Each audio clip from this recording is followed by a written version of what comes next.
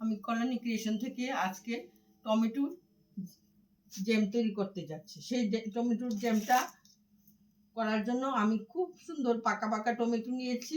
সেই টমেটোটি আমি এখন পিস পিস করে কেটে দেব। আর কড়াইতে এখন আমি কিছুটা জল দিয়ে দিচ্ছি।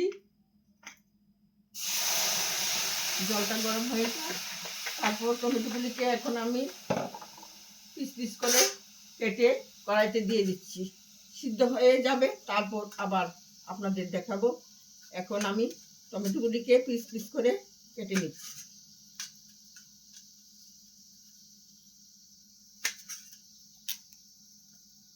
লাল টমেটো না হলে জ্যামটা খুব সুন্দর হবে না, তার জন্য বাজার থেকে পাকা পাকা টমেটো আনলাম।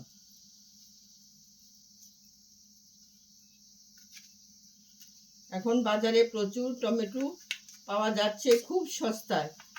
কিছুটা দিন পর আবার টমেটোর দাম হয়ে যাবে, সেই রকম টমেটো আর আমরা বাজার থেকে পাবো না। তার জন্য কিছু জ্যাম তৈরি করে রাখলে জ্যাম দিয়েও আমরা রুটি দিয়ে, বিস্কিট দিয়ে, পাউরুটি দিয়ে, সব কিছু দিয়ে খেতে পারি।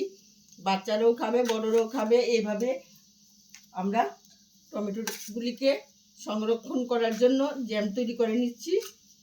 এখন আমি টমেটোগুলিকে কেটে নিচ্ছি।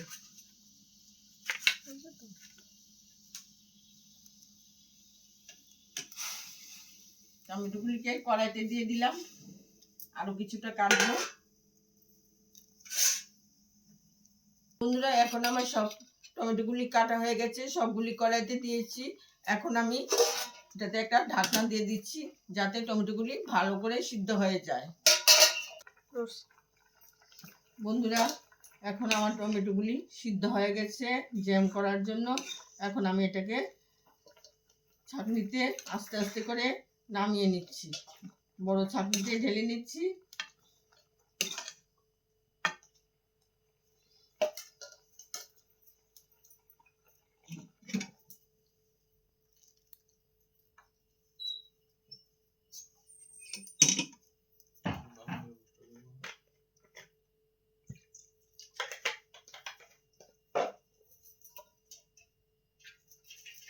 এইভাবে আমি টমেটো সার জিনিসটা নিয়ে নিচ্ছি জ্যাম করার জন্য। আর উপরে সব টমেটোর বিচি আর টমেটোর খোসাগুলি থেকে যাবে। এখন আমি এটা ভালো করে, বন্ধুরা, এখন আমি টমেটোটাকে ভালো করে ছেঁকে নিয়েছি জ্যাম করার জন্য। এখন আমি কড়াইতে সেই টমেটোর রসটা ঢেলে দিচ্ছি আর এই ছাবাগুলি ফেলে দেব। এখন রসটা জাল হয়ে যাবে, তারপর এটাতে চিনি দিয়ে দেব। খুব সুন্দর ঘন রসটা, কি সুন্দর দেখতে, লাল রঙের। এটাতে কোনো কালার দেওয়ার দরকারই নেই, কারণ টমেটোর অরিজিনাল কালার লাল। তার জন্য আমাদের এটার মধ্যে ফুড কালার দিতে হবে না। কিছুটা টমেটোটাও জাল হবে, চিনিটাও জাল হবে। এক বাটি চিনি নিয়েছি আমি, 20 থেকে 25টা টমেটো দিয়েছি এটার মধ্যে। আর এক বাটি চিনি দেব, তাহলে জ্যামটা ঠিক মতো একটু আঠালো হবে। আর বয়ামে ভরে রাখলে 6-7 মাস পর্যন্ত খাওয়া যাবে। তার জন্য আমি টমেটোর জ্যামটা করে নিচ্ছি। এখন তো টমেটো বাজারে খুব সস্তা, তার জন্য জ্যামটা তৈরি করে নিচ্ছি। আপনারাও জ্যামটা আমার ইউটিউবটা দেখে জ্যামটা তৈরি করে। বন্ধুরা, এখন কিছুটা ঘন হয়ে গেছে। এখন আমি এটাতে একটু এক বাটি চিনি দিয়ে দিচ্ছি, যাতে জ্যামটা একটু আঠালো হয়। এখন একটু জাল হয়ে যাবে, তারপর একটু ঘন হওয়ার পরে আমি নামিয়ে নেব। আর এই জ্যামটাতে একটু লবণ দিয়ে দিচ্ছি। লবণটা আমাদের সব কিছুতেই লাগে, তার জন্য একটু লবণ ছড়িয়ে দিলাম জ্যামটাতে।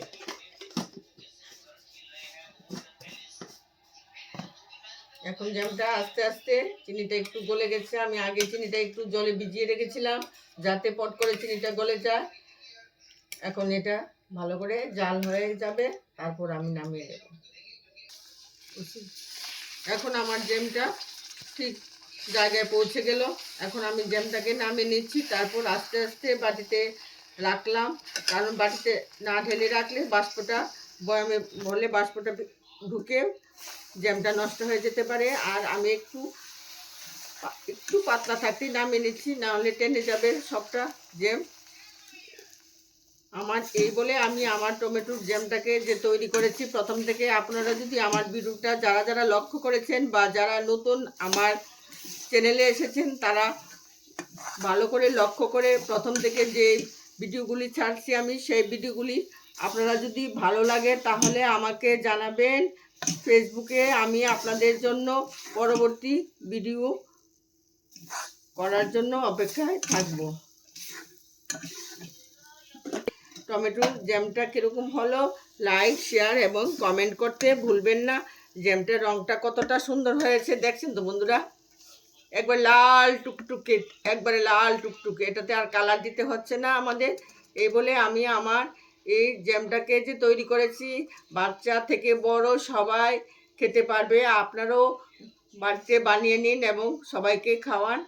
রুটি, বিস্কুট, পাউরুটি সব কিছুতেই জ্যামটা খাওয়া যাবে। এই বলে আমি আমার ভিডিওটা শেষ করছি। লাইক, শেয়ার, কমেন্ট এবং সাবস্ক্রাইব করতে ভুলবেন না। Thank you.